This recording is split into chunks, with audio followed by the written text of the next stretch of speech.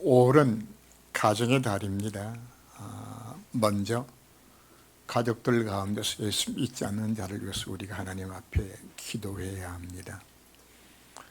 사도행전 16장 31절에 약속한 대로 주 예수를 믿으라, 그리하면 너와 내 집이 구원을 얻으리라 하나님의 절대 언약입니다.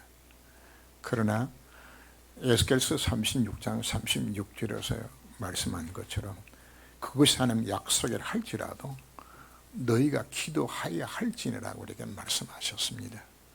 우리가 식구를 놓고 기도할 때 하나님은 구원 역사를 이루시겠다고 우리에게 약속하고 있습니다. 그리고 우리는 아브라함 같이 이제 신앙생활의 모델로서 후대에게 이 언약을 전달을 해야 합니다. 이삭은 아버지의 그 신앙선을 보면서 어떻게 하나님의 말씀을 순종해야 되는 것인지, 또 어떻게 기도하는 것인지 그 비밀을 알고서 자라나게 됩니다.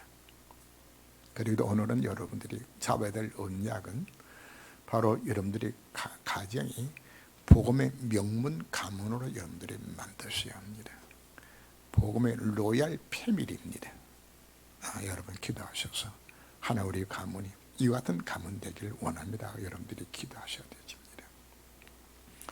성에 나오는 그 위대한 신앙의 인물들을 보면서 그 개개인은 보면 정말 신앙에 승리했어요. 그런데 그 자식들이 다 무너지는 것을 우리가 봅니다. 요셉은 개인은 완전 승리했지만 그 후손들은 이 언약의 후대에게 전달이 안 되지니까 우상 만드는 애굽 나라의 종살이를 사병을 하게 되어요. 여호수아는 가나안 땅을 정복하는 위대한 과업을 성공적으로 수행했지만은 언약이 전달되지 아니하니까 그 후손들은 사사시대의 사병 동안에 암흑기 속에 사실은 빠지게 되어요. 사무엘 미스바 운동을 통해서 민족을 구원했는데 그 자식들은 아버지 대신에 사사노릇 하면서 뇌물 받아먹고 판결 굳게 하게 되죠. 그래서 나를 완전히 망치게 돼요. 다윗은 어떤가요? 그 자식들이 서로 죽이고 강간하고, 그리고는 압살롬 같은 경우는 아버지 죽이다 쿠데타까지 이렇게 해요. 그냥. 왜 이런 형이 일어나고 있는 것인가?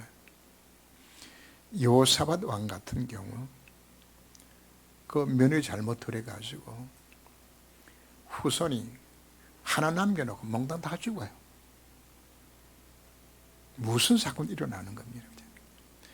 히스기야 왕 그러면 우리는 정말 길에서 아스나라 18,5천명의 군대를 꺾었던 바로 그 왕. 근데 그 히스기야가 후대기 이 언약이 전달되지 아니하니까 그 아들 므낫세가 하나님 앞에 가장 악한 왕이 되지고요. 열왕기하 24장 3절을 보면은 므낫세의 죄 때문에 유대 나라가 바벨론에 팔려간다고 성경이 예언을 합니다. 뭘 못 남긴 거죠? 후대를 못 남긴 것이에요. 우리는 이와 같은 내용들을 보면서 어떤 마음을 가져야 되는 것인가? 내 자식의 가슴 속에 이 언약의 비밀을 내가 심어줘야 되지겠다고, 이거 각인시켜야 되지겠다고. 부모들은 어떤 마음을 갖나요? 내 자식 잘 키워서 공부 잘하고, 그리고는 또 재산 물려줘서 자식이 잘 사는 만들어주겠다. 그것도 좋은 겁니다. 그러나 가장 귀중한 것은 내 자녀 가슴 속에 복음의 언약의 비밀, 이걸 심어주는 겁니다. 여러분 떠나고 난 후에 여러분 자식도 어떻게 될까요? 누가 책임질 것인가요? 사도행전 20장 32절 말씀 보면 지금 내가 여러분을 주와 및 그 은혜의 말씀께 부탁하노니 그 말씀이 여러분을 능히 든든히 세우사 그러고 가신 이번 모든 자 가운데서 기업이 있게 하시리라. 이 내용은 바울이 에베소교회 장로들을 불러놓고 이제 내가 너희 얼굴을 보는 마지막이다. 내가 너희들을 무엇에 부탁하고 갈고? 바로 주와 은혜 말씀께 부탁하고 간다고. 이것밖에 우리 부탁할 것 없어요. 그 가슴에 복음 심어져 이것 외에서 사실 답이 없는 겁니다. 우리는 복음의 명문 가문을 이루어야 합니다. 바로 그 대표적인 가문이 바로 아브라함의 가문이죠. 아브라함은 그 조상 에녹을 통하여서 무르셀레와 노아를 통해서 이 하나님을 섬기는 가문으로 연결되어진 집안입니다. 그러나 아브라함은 왜 오직 그리스도인 것인지 피언약의 비밀이 이게 아브라함에게는 이게 확인이 안 되고 있어요. 그래서 창세기 11장에 일어나졌던 바벨탑 사건 이후에 하나님은 아브라함을 부르셔서 본다윗의 집을 떠나라. 네가 지금 살아가는 인생의 삶의 방법을 다 버려라. 그리고 내가 네 지시할 곳으로 가라. 언약의 말씀을 붙들고 복음으로 돌아라. 그 말씀을 듣고 아브라함이 출발을 합니다. 하는 아브라함에게 기근을 주기도 하고 또 아내를 빼앗기기도 하고 전쟁에 임하기도 하면서 이 많은 문제 사건을 통해서 하나님은 그 언약 잡은 아브라함을 다듬어 가셔서 믿음의 조상을 하나님께 만들어 가셨죠. 그 아브라함의 믿음을 보고서 누가 잘하는 것인가? 이삭이 잘해요. 아, 하나님 이렇게 섬기는 것이라구나.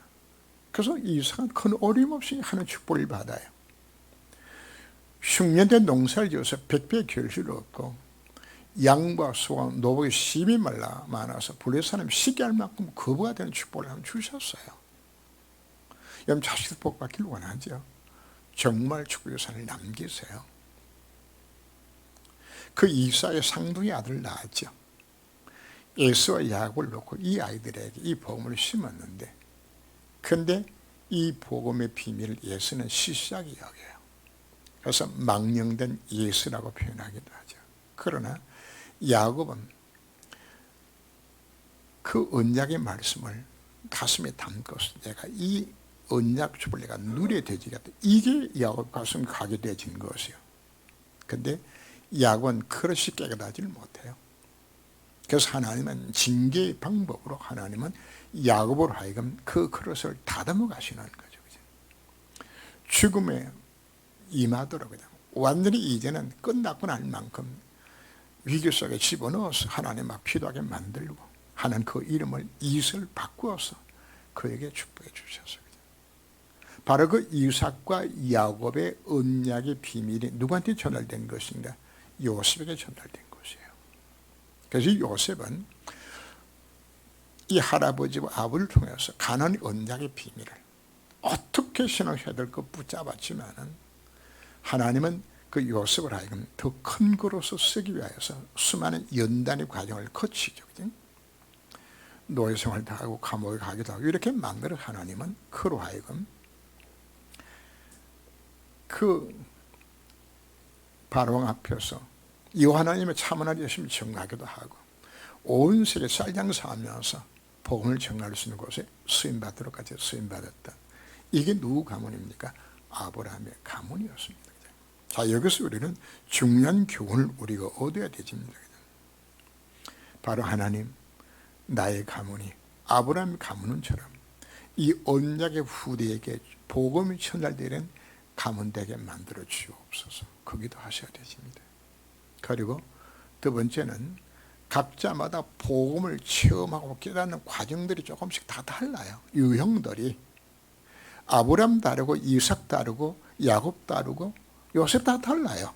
그건 뭔가 하면 우리가 신앙생활을 하면서 하나님의 은혜 속에 들어가게 되지만 언약 전하는 방법들이 다 각자마다 다른 겁니다.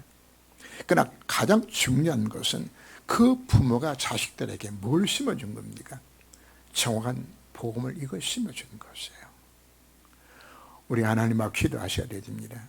나는 내 자녀들의 가슴속에 내가 무엇을 심고서 가야 될 것인가? 여러분 떠나고 난 후에 아무도 여러분 자식을 지켜줄 사람이 없어요. 그래서 바울이 고백한 것처럼 주와 은혜의 말씀께 부탁하노니. 누구한테 부탁할까요? 바로 그 복음에 여러분 자식을 맡겨내지는 겁니다. 그 동생이 그 아내에게 장가들어 형을 위하여 상속자를 세울지니라. 자, 우리가 구약 성경을 이해를 해야 합니다. 그 하나님이 이스라엘 백성들에게 신명기 25장 5절 이하를 보면은 그의 계대혼이라고 이야기를 합니다. 형이 자식이 없어 죽으면은 그 동생이 형수랑 같이 살아야 돼요. 그런데 형수랑 살면서 태어난 첫 번째 아들은 누구 몫이 되는 것인가 하면 형님 몫 되져요. 형님의 이름을 이어서 가문의 혈통을 잇도록 만들고 그 기업을 잇도록 만드는 이 일들을 하게 만들어서, 그죠? 우리나라 그 비싼 제도들이 있죠. 자식이 없으면 뭐 하죠? 사실 양자들이잖아요, 그죠? 양자들에서 왜? 근데 그 집안에 왜 이 혈통을 잇도록 만들고 해서 양자는 제도를 꼭 집안 안에서 합니다. 사촌들끼리 주로 많이 하죠. 이렇게 해서 만드는 거죠. 자, 왜 계룡을 하는 것인가 하면 혈통을 잇도록 만들고 하나님이 그 가문에게 주준 그 기업을 상속하도록 만들기 위해서 이 제도를 만든 것인데, 자, 그렇다면 하나님께서 이 교회를 왜 만든 것인가? 하나님의 구원 역사 이루기 위해서 이 제도를 만든 겁니다. 인간이 사단을 속고 죄로 하늘을 떠나서 멸망 속에 빠져 되었을 때 하나님의 처음 주신 메시지가 뭐였나요? 여인의 후손이 그 뱀의 대가를 박살낼 것을 하시면서 여인의 후손으로 메시아 올 것을 약속해 주셨죠. 그럼 누가 와야 되는 거죠? 이사 7장 14절에 약속한 것처럼 바로 하나님 인간 세상에 개입하셔서 와야 되는데, 그러면 뭐가 나오는 겁니까? 메시아가 와야 될 이 혈통이 이게 연결돼야 되는 거란 말이에요. 그래서 계명을 말씀하신 것은 바로 메시아 혈통을 잇는 이 작업을 위해서 하나님은 이 계명하는 방법을 하나 선택하시는 겁니다. 그래서 성경에는 그 예수 족보 가운데서 그 두 가지의 계명이 그 성경 속에 기록되어 나옵니다. 바로 창세기 38장과 룻기서에 나오는 내용이 바로 그 계대혼을 설명하는 성경 내용들입니다. 내가 길게 다 설명할 수 없기 때문에 여러분 집에 가셔서 창세기 몇 장? 38장 룻기서 읽어보시면 계대혼 이런 걸 이야기하는 것이라고 하면 여러분들이 이해가 될 겁니다. 그 창 38장 사건 자체는 다말이 그 유다 집안에 자식이 없어요. 그래서 이 다말이 자기 시아버지를 속여가지고 그 씨를 받아내요. 자, 이걸 두고서 유다 자손들은 그 다말의 행위 자체를 굉장히 자랑스럽게 생각하고 칭찬해요. 그 사건 자체를. 그래서 성경에도 그대로 기록되어 나오죠. 마태복음 1장 3절 말씀에 그 다말의 이름이 예수 족보 속에 들어가는 겁니다. 두 번째 사건은 바로 모압 여인 룻에 대한 사건입니다. 자, 유다 지파 가운데서 엘리멜렉과 그 두 아들들이 자식이 없이 다 죽어버려요. 그래서 과부만 남았죠. 나오미란 과부하고 룻이란 과부가 남았는데, 그 나오미가 그 룻을 누구를 만나게 만드는 것인가 하면 자기 집안의 가장 가까운 친족인 보아스를 만나게 만들어서 거기서 살몬이라는 자식을 낳게 만드는 겁니다. 오벳이라는 자식을 낳게 되잖아요. 이 오벳이 이세를 낳고 이세가 다윗을 낳게 되지는. 그래서 여러분 마태복음 1장 1절 보면 아브람과 다윗의 자손 예수 그리스도의 세계라. 예수님이 어떤 혈통을 갖고 태어난 것인가. 바로 그 족보 속에 누가 들어가는 것인가? 다말과 룻이 그 예수 족보 속에 들어가는 겁니다. 예수 족보에 기록된 그 인물들은 모두 다 남은 자들입니다. 그 이름이 생소하고 유명이 아니랄지라도 그들은 모두 하나님의 구원 역사에 그 혈통을 연결하는 곳에 그 쓰임받은 인물들입니다. 그 인물 가운데는 우리 안에 바세바까지도 나와요. 왜 기록한 것인가? 비록 다윗을 범죄했던 여인이지만은 바로 뭘 이었다고요? 예수님 족보의 그 혈통을 이은 여인은 의미에서 그 이름을 아름답게 사용하고 있는 겁니다. 자, 우리가 예수의 양성하면서 무엇이 하는 것이 가장 귀한 것인가? 크든 작든 하나님의 구원 역사에 내 인생에 쓰임받는 겁니다. 하나님 보시 큰 것은 얼마나 그 사람이 부자로 살았냐, 얼마나 높은 지위를 가졌느냐, 얼마나 사회에 많은 공을 가진 것인가, 하나님 앞에 별로 귀중하지 않습니다. 하나님이 귀중히 여기는 것은 계den을 통하여서라도 그 언약의 혈통을 연결해 나가지는 것처럼 바로 언약의 이 비밀들을 내 후대에게 전달한 바로 그 사람, 복음에서 실패하고 망하는 이 세상 가운데서 이 복음의 전달자 역할을 하는, 그게 뭐 하는 겁니까? 이게 계대헌 속에 숨겨진 하나님의 계획들이거든요. 여러분 때문에 여러분 가문에 이 혈통의 비밀이 흘러내려가고 나와 관계된 모든 자가 이 복음을 도토록 만드는 일들에 쓰임받는 것, 이것이 하나님 보시 가장 귀하게 보는 일인 걸 우리가 깨달아야 하는 겁니다. 상속자는 부모의 유산을 상속받게 되지죠. 우리는 내 자식들에게 무엇을 상속해 줄 것인가? 복음 안에 감춰있는 이 놀라운 축복들을 우리는 이걸 상속해 주는 이 일들을 해야 되는 거란 말이에요. 구원받은 자에게는 성삼위 하나님이 함께 하시는 그 신분과 권세를 누구한테? 내 후대들에게 이걸 남겨주는 이 일들을 하라고 우리에게 오늘 말씀하고 있는 겁니다. 하나님 구원 역사 중심으로 모든 인류 역사를 움직여 나갑니다. 그리고 그 모든 역사들을 바로 언약의 혈통을 전달하는 그 전도자를 통하여서 하나님 지금도 이 구원 역사 이루어가는 겁니다. 혈통이 끊어지면 몇이 올 수 없는 것처럼 우리가 이 복음을 전달해 주지 않는다면, 내 후대가 전달해 주지 않는다면 뭐와 같다는 이야기입니까? 언약 혈통이 끊어지고 마는 것입니다. 그래서 가장 가진 인생의 바로 무엇인가? 언약의 혈통을 잇는 것처럼 복음에 정인되는 삶을 살아가는 겁니다. 그것이 비록 보잘것없는 작은 일을 할지라도, 그래서 마태복음 10장 42절 말씀에 어린 소자에게 복음 때문에 냉상으로 대접한 것도 내 그것을 잃지 않겠다고요. 뭐가 가장 귀한 것이기 때문에 이 복음의 전달자가 되는 것이 가장 귀한 것이기 때문에 우리에게 말씀하고 있습니다.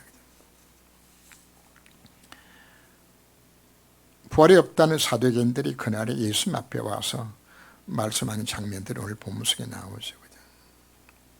하나님께서는 피언약의 비밀을 후대에게 전달하기 위해서 만드신 시스템이 바로 성막이요, 성전이요, 교회입니다. 그러면 전적으로 하나님 앞에 예배드리며 하나님을 만나는 그 대표 일을 하도록 하나님은 레위 지파 가운데서 아론의 한 가문을 선택하게 되잖아요. 특별히 구별하여서 하나님 앞에 나와서 백성을 대신하여서 제사를 드리게 만들고, 성경 표현합니다. 내가 바로 그 장소에 내가 너희를 만나겠고, 그 하나님의 음성 듣는 바로 그 장소에 누구를 세우는 것인가? 레위 지파 가운데서 아론의 자손들을 구별해서 세우게 됩니다. 근데 그 아론의 자손 가운데서 아히멜렉과 사독 두 가문이 흘러내려가는데 서로 번갈아 가면서 세상 직분을 감당하도록 이렇게 했어요.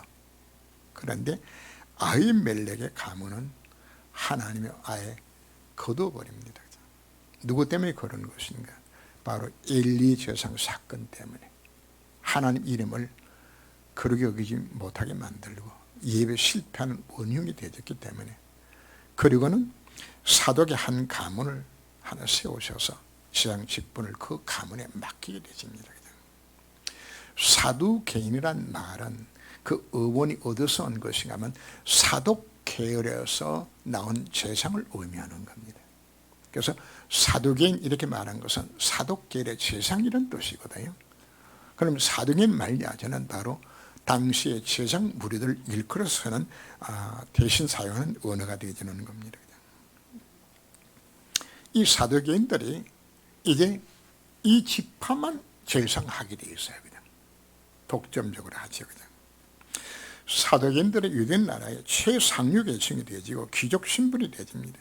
그리고 성전을 통해서 막대한 부를 축적하게 되어지는 부와 명예와 건설을 다 가진 직분을 갖게 되어지는 겁니다. 그러나 언제나 역사를 보면은 통제받지 않는 권력은 반드시 부패합니다. 중세 기독교의 그 성직자들, 특별히 교황들, 최고의 지위에 앉아서 아무도 간섭할 사람이 없어요. 심지어 황제도 그 앞에 무릎을 꿇어야 돼요. 왕을 세우는 것도 교황이 허락을 해야 세우죠. 그런 교황이 뭐 하는 겁니까? 완전히 중세 타락이 어디서 오는 것인가? 절대 권력에서 오는 것들이거든요. 유대 나라가 로마 속국이 되었을 때에 이 사도계인들이 가장 발빠르게 로마 정부와 결탁을 합니다. 우리가 백성들 하여금 로마 정부에 말 잘 듣도록 만들 테니까 우리 기득권을 인정해달라. 이 조건 하에서 사도계인들이 성전을 지배하고 백성들을 다스리고 이와 같은 일들 앞에 서게 되집니다. 그런 성전을 통해서 막대한 부를 얻고 그 명예를 다 차지하게 되지면서 유대 사회에는 가장 큰 의결 기관이 있습니다. 사내들인 공예라는 것이 있는데 사는 공예의 거의 60% 이상이 사도계인들이 차지합니다. 그래서 아예 여기는 입법, 사법을 다 관장하는 거죠. 국회의원도 되고 대법관 될 수 있는 이런 위치 속에 이들이 다 들어가져서 국가를 좌지우지하고 권력을 갖는 이 위치 속에 사도계인들이 들어가죠. 근데 문제는 이들이 명목상의 재상 직분을 감당하지 실질적으로는 하나님을 안 믿어요. 매일 피전 드리지만 이유도 모르는 시급적인 성직자에 불과한 겁니다. 경건을 가장하고 하나님을 팔지만 실제는 가짜요. 사실 하나님 안 믿어요. 실제 예수 안 믿어요. 그러니까 마음이 불안하죠. 그죠? 안 믿고서 지금 하려고 그러니까. 그죠? 그래서 이들이 사도계인 주장이 뭔가 하면 내세 없다. 천당과 지옥도 없다. 천사도 없다. 죽으면 끝나는 거다. 그죠? 이 말을 이걸 자기네들이 변론하기 위해서 예수님에 나와서 질문한 내용이 게데온에 대한 질문을 사실 하게 되집니다. 자, 7 아들들이 한 여자를 데리고 살다가 자식이 다 죽었는데 그럼 뭐 천국에서 그 여자는 누구 안에 될 것입니까? 이 말단 이 질문을 던지는 거죠. 하나님이 게데온을 주신 이유 자체도 모르고 이걸 변론의 그 도구로 사용했던 모습을 우리가 보는 거죠. 자, 여기 중요한 것은 왜 사도계인들이 내수와 부활을 부정하는 것인가? 그건 그 마음의 밑바닥 속에 내세가 심판이 없었으면 좋겠다는 그 마음이 그 속에 깔려 있는 것이라 말이에요.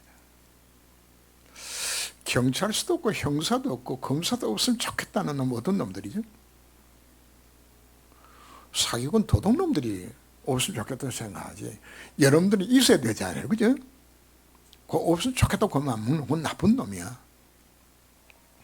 1980년대에 중동 건설 붐이 한참 불 때에 그 열사 사마에 가서 열심히 일해서 한국에서 일하는 것보다 보통 5, 6배씩 받거든요. 심지어 10배까지 받아가지고 그 돈을 막 보내가지고 그 남편은 이래서 집도 장만하고 이제 잘 키워야 되겠다 이렇게 해서 보냈는데 처음에는 이 돈 받아가지고 조직 좀 하다가 친구 잘못 만나가지고 이 여자가 바람이 났어.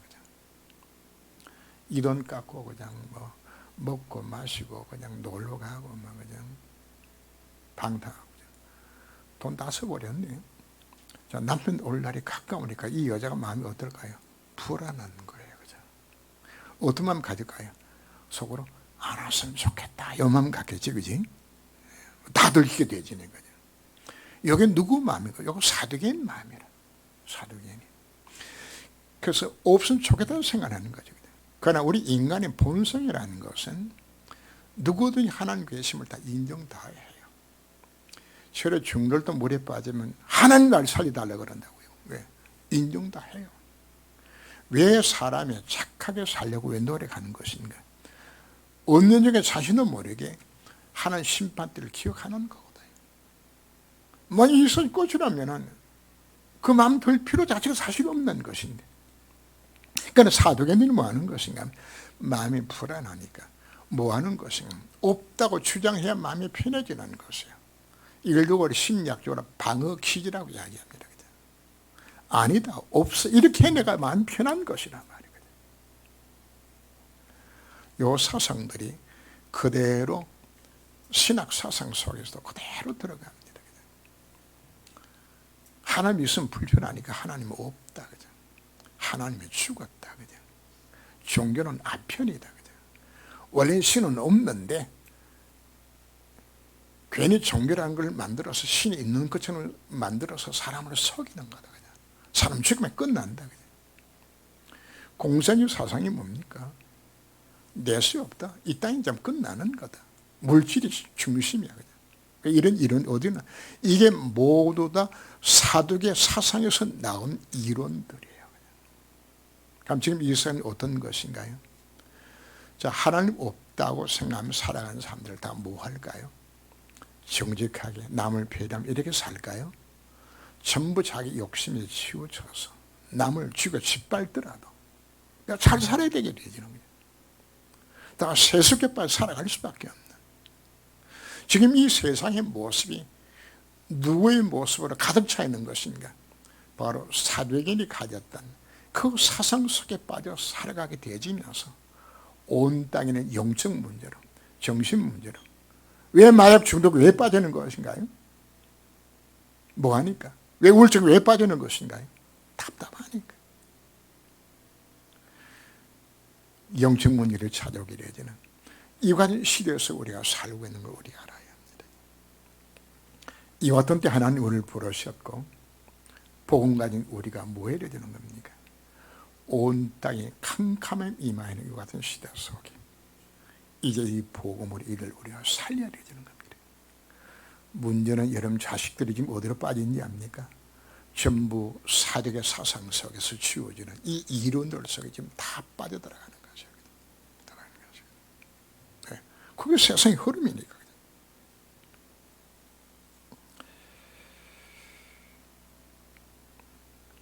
중세 교회가 결국은 사도개인화 되지는 겁니다. 왜요? 이게 성직자들이 전부 부패가 다 타락 다 해버리는 것입니다. 그 어떤 때 한 사람이 일어났습니다. 하나님, 누탄 사람이 아니다. 오직 의인은 믿음으로 말미암아 살리라고 이 하나님 언약을 붙들고서 도전해 제거죠.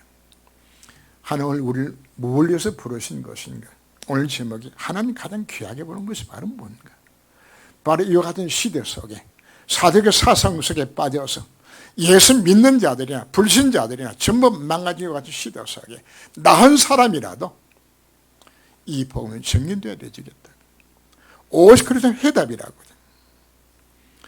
바로 하나는 그 한 사람을 찾고 있는데 하나님 내가 이 시대를 살리는 바로 그 한 사람이 되길 원한다는 결단들이 우리 속에 나와야 합니다. 자, 그는 왜 이 속에 빠지는 것인가? 예수님께서 이들에게 대답을 하죠. 너희가 성경도 하나님 능력도 알지 못하는 거로 오해하였도다. 왜 하나님 백성 이스라엘 백성들이 유대 백성들이 왜 바리사 사상에 빠지고 왜 사두개인 사상에 왜 빠지는 것인가? 복음 놓치게 되어지면은 바리새인들처럼 외식하는 종교생활을 할 수밖에 없어요. 복음 놓치게 되어지면은 세속적 삶을 살아갈 수밖에 없는 자로 바꿔주는 겁니다. 너희들이 왜 바리사상에 빠지고 바리새인들은 그래도 나름대로의 그냥 외식을 하던 하나님 말씀을 살아보려고 바둥뱀 노력했던 사람이 바리새인들입니다. 그런가 하면 사두개들은 아예 내뱉어라 그러고 그냥 세속적으로 살아가는 사람들이거든요. 자, 이들이 뭘 몰라서 그런다고요? 성경도 하나님 능력도 알지 못해서 그렇다 이야기합니다. 뭘 몰랐던 이야기입니까? 복음을 몰랐던 이야기예요. 복음과 하나님 능력을 이걸 모르니까, 구원받은 성도들이 주신 축복이 얼마나 큰 이 자식을 모르니까 결국은 사단에게 속아서 구원받은 하나님의 자녀가 됐는데도 이 복음 못 누리니까, 그런 축복을 내가 놓치고 사니까 자연스럽게 뭐 할 수밖에 없다는 이야기입니까? 그 인생 자체가 위해서 갈 수밖에 없고, 왜? 흉내는 내야 되니까. 속마음은 세속주의에 빠질 수밖에 없는 그 인생으로 살아간다는 걸 우리에게는 지적하고 있는 겁니다. 우리가 복음을 이해하고 체험하고 누리지 못하면 두 종류의 신앙인이 나와요. 하나는 외식하는 바리새인, 하나는 세속주의에 빠진 사두개인 거죠. 자, 왜 예수 믿고서도 이렇게 빠지는 것인가? 근본은 복음이라는 체험을, 하나님 능력을 체험하지 못했기 때문에 나오는 현상들입니다. 우리 인간의 모든 문제가 어디서 출발했나요? 창세 3장에서 온 겁니다. 사단에 속고 죄를 범하고 하나님을 떠나서 내 인생 가운데 찾아온 모든 문제의 근본 시작이 어디서 온 겁니까? 창세 3장에서 온 것이에요. 수많은 신자들이 교회 안에 예배를 드리면서도 지금 내 인생의 내 문제가 창세 3장에 왔다는 사실 자체를 자꾸 놓쳐요. 여러분, 이거 놓치면 여러분이 바른 진단이 안 되져요. 여러분, 자식 문제 있나요? 남편 문제, 건강 문제, 자식 문제, 가지 문제를 많지요. 그 문제의 원인이 창세기 3장이요. 바른 진단을 해야 뭐가 나오는 겁니까? 바른 처방을 우리가 찾게 되는 겁니다. 하늘 유일한 해답은 무엇밖에 없나요? 예수 그리스도 한 번밖에 사실 없는 겁니다. 고린도서 1장 18절 말씀은 십자가에 도가 멸망하는 자들이 미련한 것이요 구원을 받는 우리에게는 하나님의 능력이 됨이라. 오늘 로마서 1장 16절 말씀에서도 이 복음은 모든 민다에게 주신 하나님의 능력이 됨이라고. 뭘 놓쳤어요? 이스라엘 백성들이 교회만 다녔지, 인간의 근본 문제의 해결과 해답 대신 그리스도를 놓친 것이에요.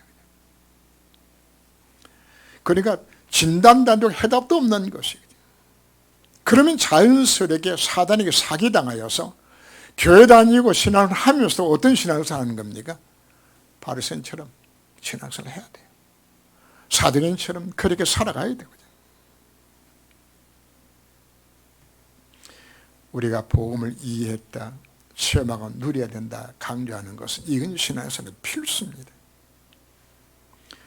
복음을 누리지 못하게 되시면은 그 사람의 관심은 천국에 관심이 없어요. 그저 이 땅에서 잘 먹고 잘 사는 것, 이생 축복이 있으면 다 목적이라. 천국은 죽어서 가는 저 멀리 있는 그 나라. 그래 어디도 관심이 없어요. 이분들의 특징은 내세된 관심도 없고 전후된 관심도 없어요.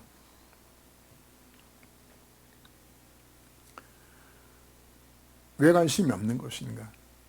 아무리 봐도 자기 삶이 하나님 보시기에 합당치 못한다는 삶을 살고 있다고 느껴지게 되었을 때에 내세에 대한 뭐가 안 생겨나지는 것이가 별로 소망이 안 생겨나지는 것이죠.